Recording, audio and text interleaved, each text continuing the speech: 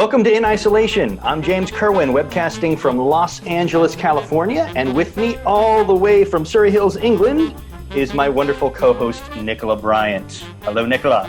Hello. You have got a special guest with you today. You have little money. Nice kiss. Oh, thank you. Yes, Marnie's come a little bit closer this time, though she'll be sleeping through it. If she wants to chime in, she's welcome to, of course. I took her to the vet. One of the first times I took her to the vet, she fell asleep on the vet table. What? In my arms. She just falls asleep whenever she's in my arms. Now, it was explained to me that that's probably she's been scared all her life. Right. So, bless. That was very sweet. Mm. Yeah. So last week, Nicola, we talked about surprises in our past theater productions. I think sticking with the topic of things that we've done before, do you have any particular productions, theater or film or television, any medium that in which you've worked? Do you have any past productions that you have particularly fond memories of that are some of your favorites? Like, give us a sprinkle of some of your favorite things you've done in the past. In terms of audio, let's start with that. I particularly enjoyed recording Pisgon Paradox. That was a particularly hard recording, a tough journey for me to play as an actor.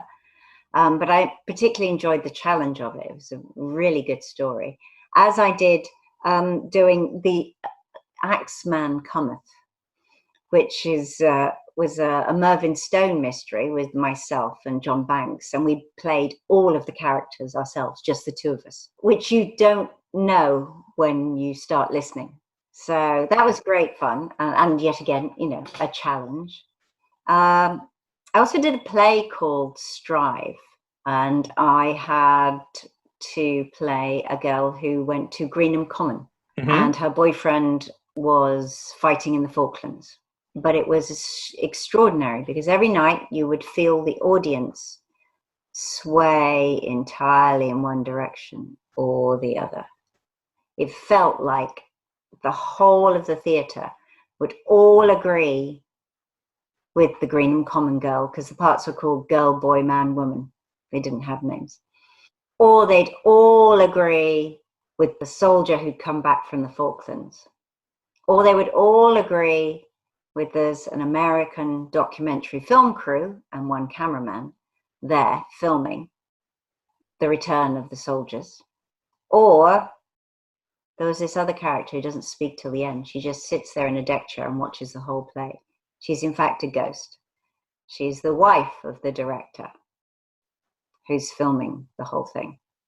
And they lost their son in the Vietnam War. So it's about, is war good? Is war bad? Is war right? Is war wrong? But the interesting thing is there is no conclusion, but each of these four characters has a very strong opinion that they are right. So you get four interesting arguments made. Right. And there were a couple of nights I came out of the stage door and, there were a group of young men in their army gear and they were angry, really angry with me. Oh. You should have been loyal to your boyfriend. We don't like your sort, and you just want to go, I'm acting. Yeah. And then other nights you just feel the whole audience go, oh, yes, girl, you're so right. And they'd be angry that the soldier didn't understand what she'd been through. Uh-huh. And I think I like the things where it's more challenging. Like I did a show called Purple Politics, and I played 14 different characters, including Margaret Thatcher. And it was masses and masses of sketches and stuff. And I even broke my finger in the middle of that show. Oh, no. There was a stunt fall where I'm supposed to be faking my fall. And my boyfriend is supposed to kind of get in the way and then catch me. And he went in the opposite direction. So he didn't. So I went to break my fall with my hand, but broke my finger. But then I had to sort of get straight up and do the next stunt. And, Oh, no. So yeah, I think I like the parts. I remember the parts that were challenging, the stuff that was kind of easy, and also the very long runs. I've done like 4 shows that I've done in my life that were almost a year. So you play the same character for a year. Right, When right. you played a part for a long time, and then it's quite hard to kind of put it to bed, and you're still thinking about it a week later, and you're doing the washing up or something, and you suddenly go, oh, oh, I wish I played it like that. I was doing 3 shows up in Chester at the theatre there. I did Twelfth Night, I did Who's Afraid of Virginia Woolf, and I did Carry On Jeeves. 3 very different shows. And at the end of that run, um, I finished, I went back and I had a week off, and then it was Blackadder. And it was literally the first day I went back, having done these 3 shows. And I came home to see my dad, and he died that day.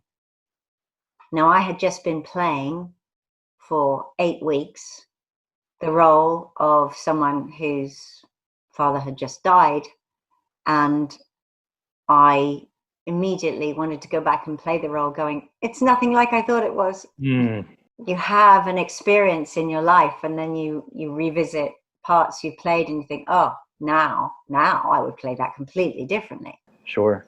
And the television shows where you're sort of just guesting for a few days are far less memorable than the shows where you've spent a lot more time. Certainly, I can absolutely see that. And Doctor Who is probably a great example of that. I mean, you were in that show for 3 years. And when we rehearsed, we did have rehearsals. And so people would come in and we'd meet everyone, they'd come to the read through. Whereas now you're in a television show, you get the script, you arrive, you've got to know all the words before you get there. That's it. You're straight on the set. If you're lucky, a 5-minute chat with the director. You're on, you shoot it, you go. Yeah. I do like the opportunity to rehearse with my actors in advance, if whether I'm doing a web series or a film or whatever. It can make a lot of difference. You unfortunately you don't always have that opportunity these days. You just don't, whether it's financial or scheduling wise or whatever. But it definitely can help the production. I think if you do take the time to do it. Otherwise, you're always doing those lines on your own. And I like practicing with the person. I'm not saying I have to do performance, but I like the whole doing the lines with the person, so the lines are the last thing you're thinking about when you're doing the recording. Any other favorite projects from your past? Things that stand out to you? I suppose always the ones like and yet again, it's theatre, the tour across the Middle East. I was in Beijing when they had a coup. Whoa. I know, yeah. And we were shut in our hotel. Um, and we watched a firework display, probably one of the best. I mean, it was China, you would expect them to be great fireworks. Wonderful firework display. I've been in Egypt. I've been in Cairo, working there, and I went into the desert with my friends Stacey Dorning and Gerald Harper, both actors known for television series where they rode horses all the time. And so these were 2 people who were fantastic riders, and they wanted to go riding in the desert and like ride up to the pyramids and approach by horse. And I was like, okay, but I don't ride. They couldn't believe that. I was like, you must be on a horse. You live, in the countryside, or at least my parents did. So I was like, no, because I trained in ballet. You're not allowed to ride if you train in ballet. So, because different groups of muscles. And so they said, oh, you're in the sand. Just do it. So I got on a horse with no experience whatsoever.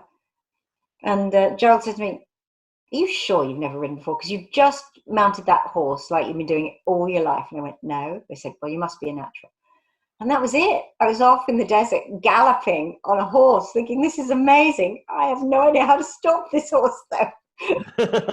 So that sometimes it's the sort of things that happen off screen or off stage that are really fun things that occur. So I've traveled the world um, thanks to my job.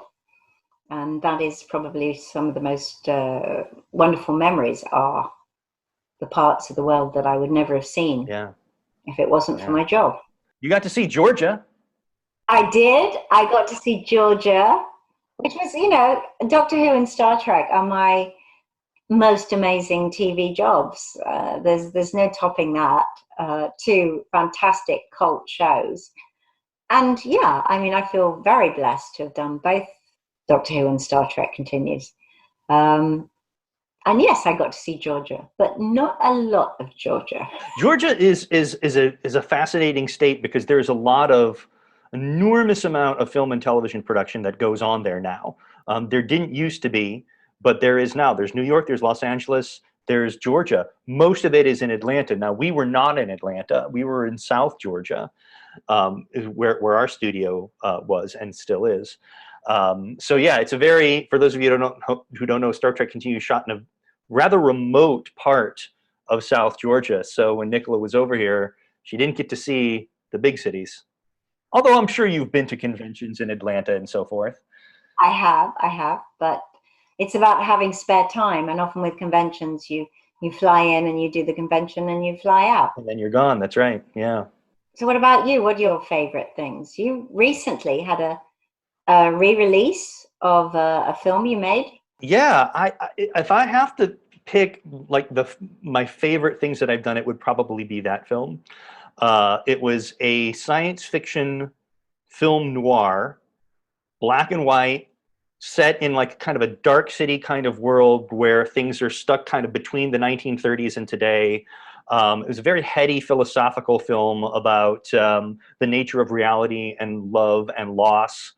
So it's not for everybody, but for those people who are into that kind of thing, they should check it out. It's called Yesterday Was a Lie, and it came out 10 years ago by Entertainment One. It had a brief theatrical release at the end of 2009, and then it went to home video in like April of 2010, I think, or something like that. So 10 years ago. Uh-huh. And then last year, there's a small studio in New York called Indie Pix Films. And Indie Pix decided that they wanted to buy up the rights to Yesterday Was a Lie and do a 10th anniversary re-release of the movie, which a lot of smaller, low-budget independent filmmakers never really have the opportunity to do. But the film had developed something of a cult following, and so they also gave me the opportunity to digitally remaster the entire movie. Not re-edit the film. I didn't re-edit it, but we got to go back because the post-production video codecs that existed back then are not nearly as good as the ones that exist today. So we remastered the entire film, and IndiePix just released it on iTunes and DVD. And they also put out a Blu-ray, which I am really, really thrilled about because E1 had never, that's one format E1 had never released it in, was Blu-ray. And IndiePix gave Kipley Brown and I the opportunity to come in and shoot some new behind the scenes material that we had not done before. There's new stuff on the Blu-ray, new footage, new outtakes and things that had never before been released and you can't see in any other format. So again, small plug, if people want to check that out, they should check out Yesterday Was a Lie. And like I said, I think the Blu-ray looks really amazing. So I would say that's probably the single favorite project I've ever done. To have it re-released like that and the opportunity to get to do the Blu-ray as well. That must be really rare. Yeah. I'm really glad we had the opportunity to do it because, yeah, again, it's for a lower budget kind of cult film, that's not the most common thing to have. And I had always kind of had a tinge of regret that it had never been released on Blu-ray because Blu-rays look so good. I love that format, and the fact that it did, and there's new material on the Blu-ray, it makes me really happy. There's also another film that just got re-released. It just came out on Amazon Prime. It was a short film that I did a few years ago called Are You Our Genesis, which is very loosely based on a play called Are You Are by a Czech writer named Karel Čapek. who wrote it back in 1919, 1920. And it's a science fiction play from 1920 that is the first play that posited, the first time I'm aware of, one of the first times at least, that posited the question of if we could somehow create artificial people by some mechanism, not mechanical people, but artificial people,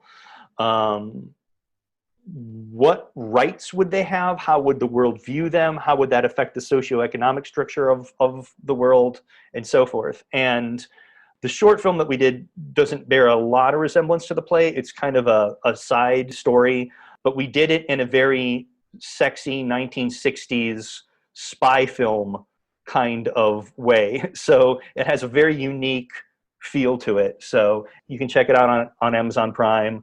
If you don't have Amazon Prime, you can watch it on Vimeo or YouTube for free. It's not safe for work, just warning, but not that anyone's working now anyway. So what difference does it make? That sounds perfect. I'll look out for that. I'll enjoy that. I think that brings us to the part of the show where we take viewer questions and comments. How about it? Excellent. I like this part.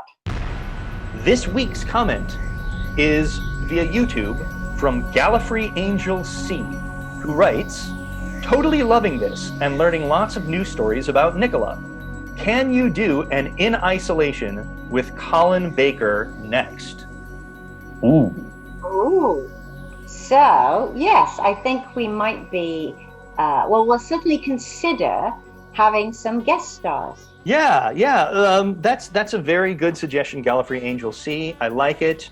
No promises, but it is definitely something we will take into consideration moving forward, having a third person on occasionally while we do In Isolation. So thank you. Well, this is fun. I'm really enjoying myself. Don't forget to send us your questions, either through Twitter. Don't forget to hashtag so we can find it, In Isolation, or both of our handles are at the end of this, or just leave a message at the end of the YouTube show. So it's goodbye from me, and it's goodbye from her. Here we go. Sleepyhead.